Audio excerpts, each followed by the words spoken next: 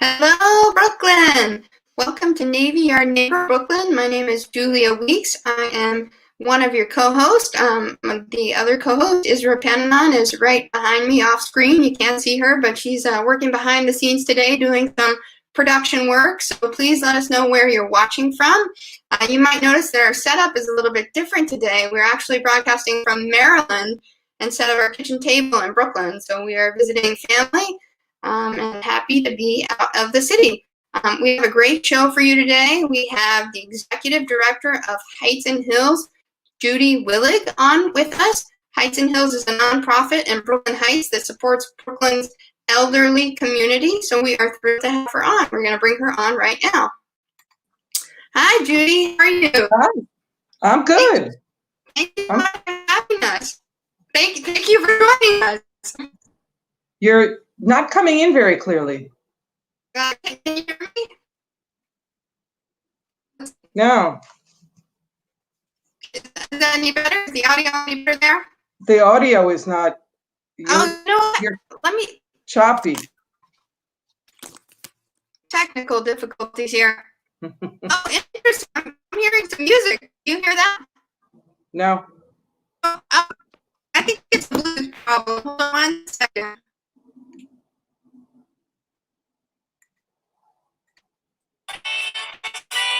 I'm hearing music on my screen. That's terrible. Sorry. Now I hear music. There we go. Okay, let's try it again. That was Taylor Swift. So we can't complain. Thank you so much for joining us. So please introduce yourself to people and tell us who you are and what you do. So my name is Judy Willig, and for the past 33 and a half years, I've been the Executive Director of Heights and Hills. Heights and Hills was once a very small grassroots organization that was founded by community members in Brooklyn Heights because, and this is 49 years ago, there were loads of older people who were living in what were then 7 SROs, single room occupancy hotels, and they were extremely isolated and suffering from all kinds of social problems. And so a group of neighbors and clergy came together and formed the organization initially as a volunteer organization, a grassroots effort for volunteers to look in on older neighbors and assist them in any kind of ways that were necessary. So fast forward to February of 2020, because just before the world changed, Heights and Hills had grown to serve more than the original Brooklyn Heights and Cobble Hill. We now serve anywhere from a third to half of Brooklyn, depending on the service. And we have 4 major services, but before I get to the services, let me start with what our mission is. Our mission is to promote successful aging in Brooklyn. And lots of times people have asked me, well, what is successful aging? What does it take to age successfully? And the truth is, it's not terribly different for someone who's older than someone who's younger. You need to have the basics of life taken care of. So you need to have enough money to pay your bills. You need to have enough food to eat. You need to have a safe and comfortable place to live. You need to be able to do any of your daily activities like grocery shopping, cooking, and the other thing that's really necessary to be successful at any age is to have social connections. So all of our programs over the years are meeting all of those needs in many different ways. I love that. So wonderful. So I can tell you and everybody who's watching a little bit about how I found out about Heights and Hills. It's still, Julia, it's still really hard to hear you. Okay, maybe, you know what? Let me try. I have a different pair of headphones, so let me try that. Okay. Let's see if that's any better. Is this any better? A little bit better? Yeah, absolutely. Oh, good. As I lose one ear. So I found out about Heights and Hills, I would say about a year ago. And this goes to show how much you guys have expanded, is that obviously you have a social media presence. You're on Twitter, you're on Facebook, you're on LinkedIn, you're on Instagram, and I'll certainly share the link with people here in the chat. But I saw a tweet and talking about, wanting to get involved and knowing this great organization that helps seniors, that you could spend time with seniors and you could visit with seniors. And, I just decided I need to find out more. And so I ended up going to one of your volunteer orientation sessions and just loved it. I mean, what a great organization. Great. So we started out primarily using volunteers to provide services. And over the years, as we expanded, we got more and more staff involved. And today we have a staff of 43. And most of those 5 things that I talked about, housing, food, access to healthcare, getting your activities of daily living, most of those needs are addressed by a staff of social workers. Mm-hmm. But the social connection, we depend heavily on volunteers. One of the things we feel very strongly about is we stand on the shoulders of the older people who made Brooklyn what it is today. And we feel very strongly that we want to keep our older neighbors connected and involved to the communities that they helped build. I love that. So in addition to our staff, and I'll talk a little bit about the formal programs that our staff provide, our biggest program is called case management. And we have a staff of, I think at last count, 18 social workers who go into people's homes and help them and their families, however family is defined, to figure out what it is they need to stay safe and independent in their homes. That's incredible. And that's our biggest program. And at any given time, we have about 1,000 homebound clients in 19 different neighborhoods in Brooklyn. Wow. How many volunteers do you have? Well, I should have known that question was going to come up. It's hard for me to answer that because we've had more than 300 new volunteers step up since COVID came around.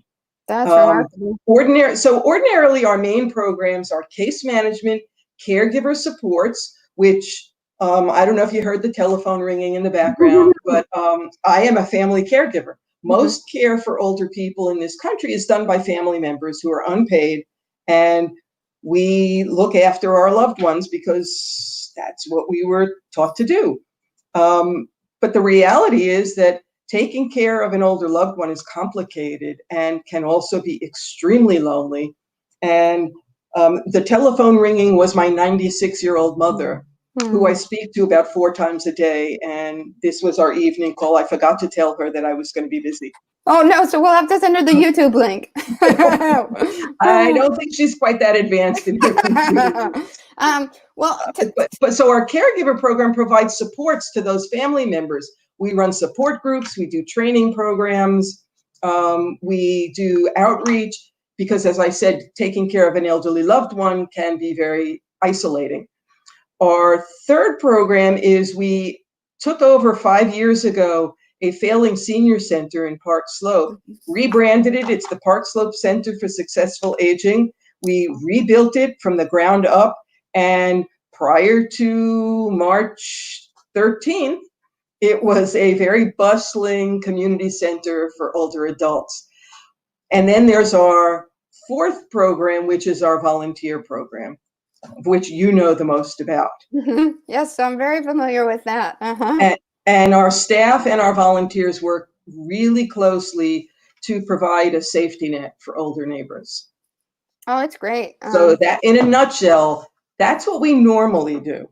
And so how has that changed since the coronavirus has just taken over the world? Well, as everybody knows, the people who are most vulnerable to COVID-19 are older adults. And older adults have been ordered to or recommended to shelter within their homes. And we've taken that very seriously. And so our case managers and social workers have been calling and checking on over 1,000 people every week. In the beginning weeks, it was twice a week, making sure that everyone was okay, making sure that people who needed medical attention got it, and recommending that what people needed to do to protect themselves. What also started to happen is because we are known in the community as a support for older people, our phones started ringing off the hook. And as all of our staff began to work remotely, we could not keep up with the volume of phone calls, requests from new people for service. To date, we've had over 600 requests. That's really incredible. People who are in trouble and need some assistance. Much of it was around food. So immediately we focused basically on 3 things initially, and now we're focusing more on the 4th. The 3 things were, do you have enough food to eat? Do you have any symptoms? And do you have enough medications? The 4th is, are you talking to anybody during the day? Anybody connected to you? It's so Would you lonely. like to be connected to someone? Yes. And most everybody, unless you've been sleeping under a rock, at this point, everybody knows what COVID is and what the symptoms are. Sadly, we have lost a lot of our clients to COVID. That's awful. It hits older people the hardest, and our staff we had 15 deaths in March and 29 in April. Oh, I'm so sorry to hear that. That and breaks my heart. It's been heartbreaking for all of us because these are people that we're connected to. These are friends, these are family. I mean, really, you form relationships with people, visiting with them, talking with them, taking care of them. I want to share your website here, if I could just pull that up. You have a campaign going on right now. So right now, normally our biggest fundraising event is held the end of May, the beginning of June. It was supposed to be this coming Tuesday evening. Obviously, it's been canceled. And we usually raise a significant amount of money through that campaign, through that gala. We were expecting to raise about $150,000 this year and had to cancel it. Instead, our board of directors has put out an offer to match all donations that come in between now and June, up to $50,000. So we are trying to raise money to be able to continue our work. At the moment, we have 628 people on a waiting list for services because we just don't have enough staff to meet the need, although we have mobilized volunteers who are making check-in calls to those people, and we have made sure that everybody is getting food. How has that been going? Because I know you put a call out for volunteers to help deliver, obviously with masks and trying to be socially distanced and all of that. That's going well? Yes, we have been delivering since the beginning. So our center normally serves meals at the center. We normally serve about 50 meals a day to people who come to the center. Our homebound clients get meals through another organization, through Meals on Wheels. We organize that and coordinate that and work with them. We are 500 people above what we are collectively funded for to serve meals, but they were all getting home delivered meals. When at the beginning there was a lot of chaos, the city made has set up all kinds of new programs to get food to people. But needless to say, they did that, I think it was within 4 days. And a lot of people fell through the cracks. So what we did was our center, the first week, remained open for what we called grab and go meals. So we worked with a caterer and we continued to get those same 50 meals. It actually went up at one point, I think, to about 65. People were coming and picking up meals. And then the Department for the Aging, who provides us with a lot of our funding, basically said that really goes against CDC's rules, which is that older people should be staying at home. So we turned that into a Meals on Heels program where we are using volunteers to deliver meals to people in the Park Slope neighborhood. But also, we serve a much larger area through our case management program. And a lot of those people, Meals on Wheels only provides 1 meal a day. Oh, wow. And many of our people are stranded because family members can't get to them, or some of them used food banks that aren't open and they can't get out. So we have been delivering, we've been working in partnership with City Meals on Wheels, and we're delivering emergency food packages. We deliver them to anyone. As our social workers call people and check in on them, we come up with lists of people who need food delivered to them. But we're also, in those packages, we're adding masks, we're adding gloves. There's a volunteer who apparently has a house in Connecticut that she stays at during the week, and she comes back to New York every weekend. And there's a Costco that doesn't have crazy lines. And she brings us cases of toilet paper every week. And so I mean, that's... our volunteers are delivering emergency packages. In fact, so there's a whole lot of things that we could use help with. We are looking for volunteers to make wellness calls to check in on people.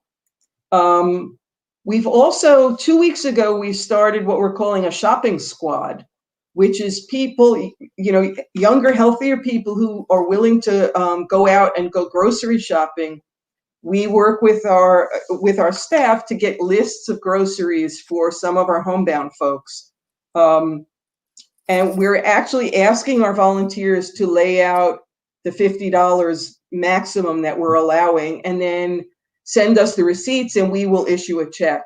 The people, and also, let me be clear, all of this is done using masks and gloves, and there's no actual physical contact.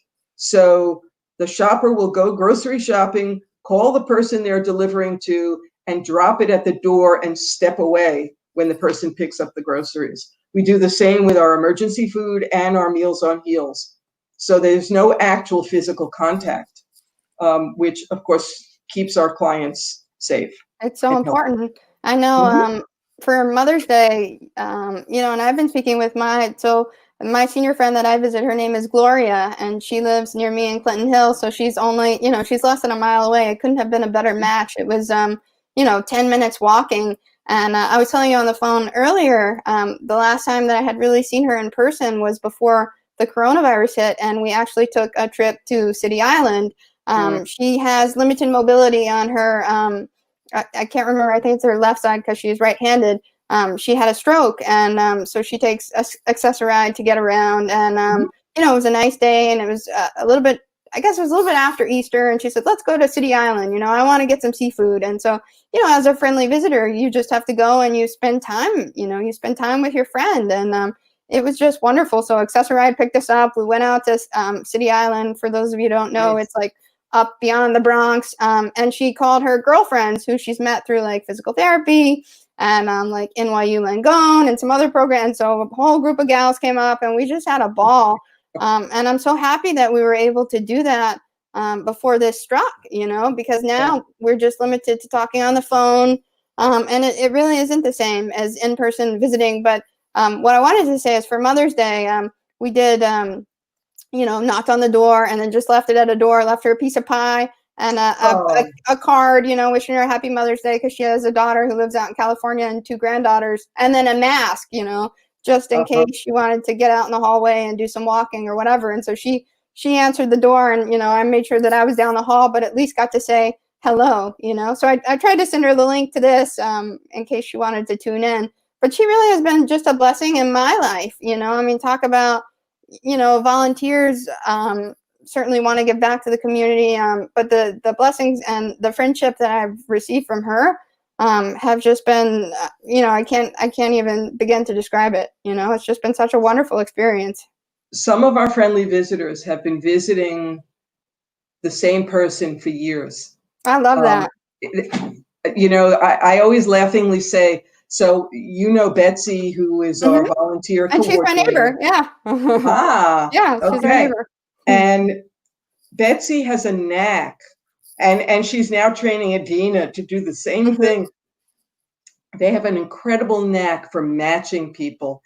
And I always tell Betsy, I'm afraid that some dating service is going to snap her up because her matches last. I mean, it really is uncanny, just how similar, that we are, So Gloria, and I'd like to share a picture of her. She said that would be okay.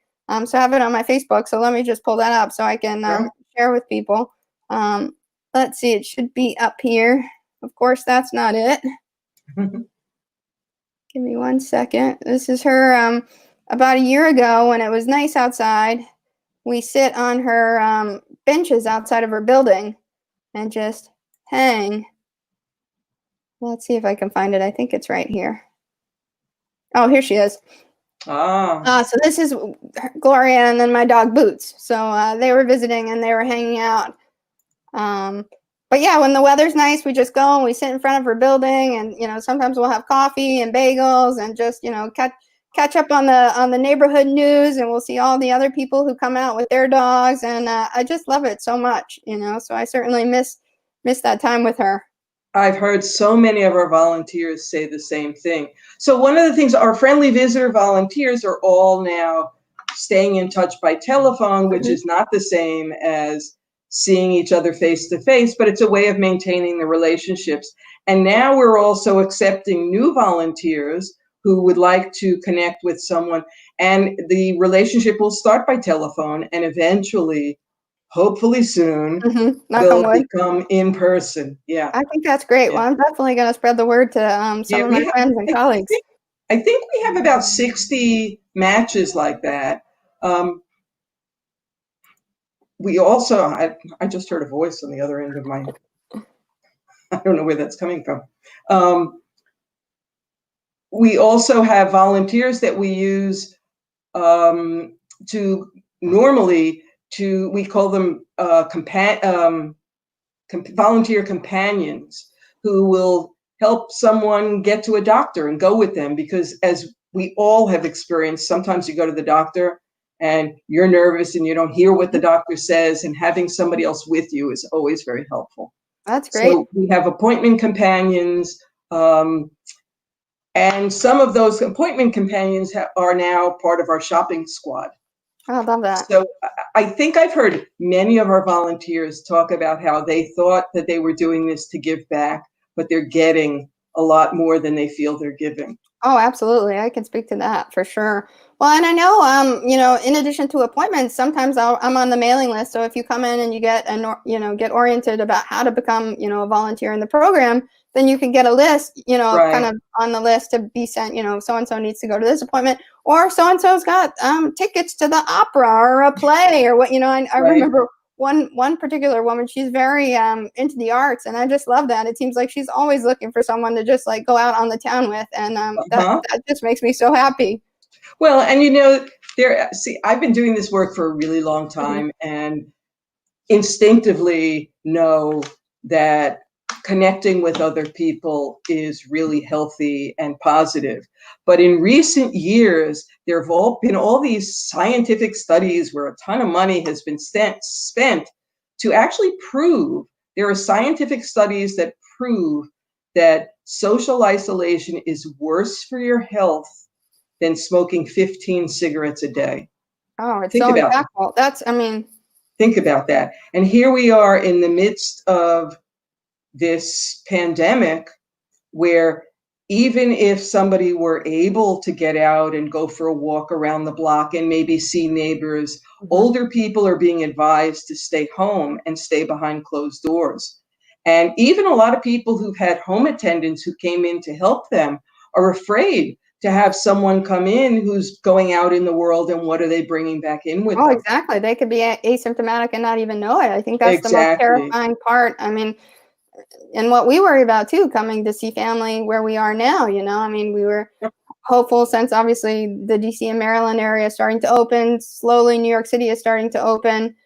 We actually got the antibody test done a couple of days ago in Long Island City. And so we tested negative for the antibody, which, you know. Well, I guess that's not so good. Yeah, exactly. It's almost like you'd prefer to have it, you know, at least the Well, you antibody. prefer to have had it and not know it, which Exactly. means you're asymptomatic. Exactly. But And, now, and yeah. yeah, so. No, it's all very frightening. And think about, you know, being by yourself and having fragile health. And of course, you know, we can communicate easily this way. I mean, I think it was Thursday, I was on 7 Zoom calls. Oh my goodness. Which was more exhausting than a regular day at work. Oh, totally. But, you know, there's so much opportunity through technology to connect, but not for older people, many of whom do not have the money or the skills to be able to use technology the way younger people can. Right now, there's actually, the city is distributing 75,000 tablets. No, I hadn't heard that. Yes, to older people who live in NYCHA housing. Oh, that's so great. Because of that concern about social isolation. It's so important. But that's just a small percentage of the older people in this city.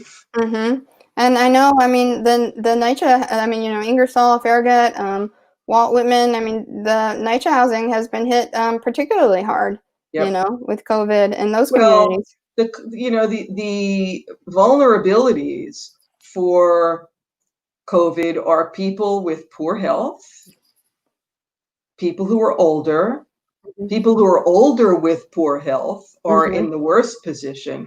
And think about the health disparities in our country.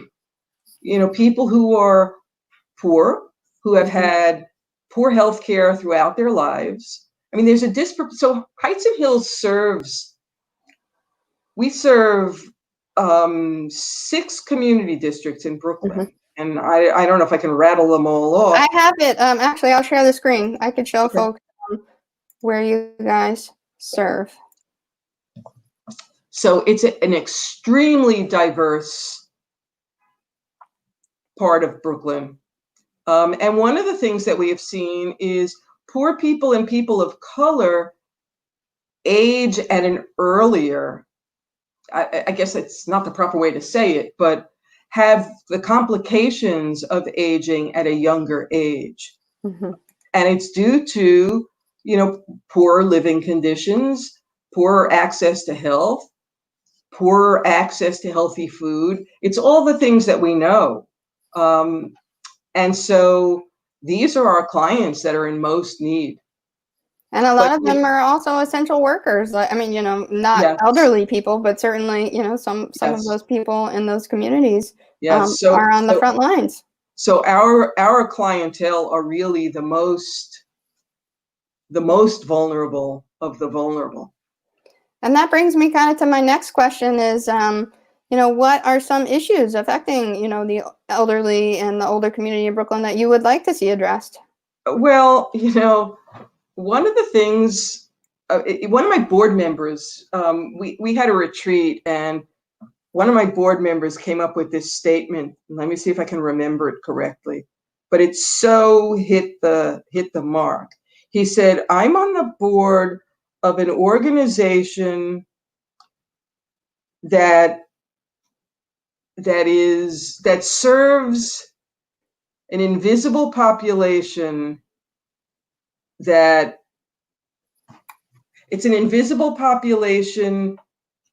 none of us care all that much about, yet we all want to become one of them." That's pretty profound. Yeah. So one of the things that happens as you get older is you become somewhat invisible. You know, I mean, I know I have felt it. And interestingly, you know, I didn't always have hair this color. In fact, I think it was about 10 years ago that I decided to stop coloring my hair. And I found people's reactions really interesting. And to a certain portion of the population, I did become invisible. You know, it says something about ageism is the last acceptable ism. It's awful, you know, I mean, because, you know, I have just such respect for those people who are older than me, right? You know, the elderly who have been through so much, who have gone through so much, you know, who have seen so much. It's like, you know, I think back to, you know, I'm obviously older than you are and have personally lived through, you know, and experienced some major disasters. One of them being September 11th, and I was at Heights and Hills. I was actually, our offices in those days were in Brooklyn Heights. We're not in Brooklyn Heights anymore. We're in downtown Brooklyn. And we were very small in those days, and most of our clients lived in Brooklyn Heights. Many of them literally watched the towers fall because they had views. And our staff, who were all fairly young, were totally traumatized. And that's your mom. I'm sure that's my mom. You go get it. You get it. Wait, in another minute. Yeah, we're good. Yeah. One more question. And then one of the things that we found was that our clients were calming us down and reassuring us that the world won't end. This too shall pass. We will get through this. And I think, you know, I don't know that anybody who's still living today has lived through a pandemic like this. But if anybody's got the skills to do it, it's older people who have a lot of tools in their tool bags from experience. Absolutely. And Netflix wasn't one of them, you know. We are so fortunate to be able to work from home, to be able to get on meetings on Zoom and, you know, live stream. And, you know, they had none of that going through the Great Depression and the, you know, world wars. I mean, my mom tells me that her grandmother died from the flu in 1918. Oh, I can't even. Yeah. And no vaccines. I mean, just a different world, you know. I mean, we'll be so fortunate to have a vaccine, you know, I mean, knock on wood, next year. But compared to those times, I can't even imagine. I mean, we are just so lucky. We don't know how good we have it. And so the last question I just wanted to ask you is, and I'll flash it on the screen, is what's the most meaningful part of your job? Well, that's a funny question to ask me at this point in time, because I'm actually about to retire. But I feel like I am an incredibly lucky person to have had a job for 33 years that I absolutely love. And I think one of the things that I really appreciate about working with older people is, and even in times like this, when, you know, the first week, 400 people stepped up and said, what can we do? How can we help? I've been privileged to be able to see how resilient human beings are. That we yes, the news is filled with all sorts of horrible things, but for the most part, people are good-hearted and resilient and pick up the pieces and keep going. That's great. And people want to help other people. Yep. You know, again, I am so lucky to have had a job for 33 plus years that I love. That I love. That's rare. Yeah, I mean, you would certainly think there are Monday mornings. There are Monday mornings where I go, oh, I don't want to get up. but I have never been unhappy with, I mean, I work with an incredible staff. You've met some of them. Mm-hmm. Wonderful. We get to meet incredible people, and we get support from the community. We get to see the goodness in people. And I think the world could use a lot more of that in these times. Yeah. You know? So Agreed. can you tell people how they can find you on social media, how they can find Heights and Hills on social media? Very simple. Or if people are interested in volunteering, go to our website at heightsandhills.org. That's all spelled out. It's right there on the bottom. Mm-hmm. That's our, I don't know what you call it in social media, but that's our hashtag. That's mm-hmm. our whatever. We're on Facebook. We're on Instagram. We're occasionally on Twitter because that's me, and I don't love Twitter. Yeah. But we are always looking for volunteers. We are always looking for donations. We are looking for donations. So I said we're looking for items to be able to give people during this pandemic right now. Our center is open. Our center, the Park Slope Center for Successful Aging on 7th Avenue and 7th Street, is open 2 days a week right now from 10 to 2 on Tuesdays and Thursdays. And we are collecting packages of disinfecting wipes, hand sanitizer, small bottles preferred, masks, either disposable or reusable, and gloves, either disposable or reusable, because we are pushing them out to our clients. Great. Well, we will certainly put that in the comments when we put this video up. I think it's actually going up to YouTube right now, so I'll be sure to add that. But I would just like to thank you so much for coming on, and thank you for the work that you do, and just such a wonderful organization. So I would highly encourage people to just reach out to Heights and Hills. If you want to volunteer, like Judy said, you will get so much more back than you could ever imagine. So thank you so much, Judy. Stay safe. And thank you. You too. Be well. Call your mom. All right. Bye-bye. I'm going to do that right now. Okay. Talk soon. Thank you. Okay. Bye-bye. Bye.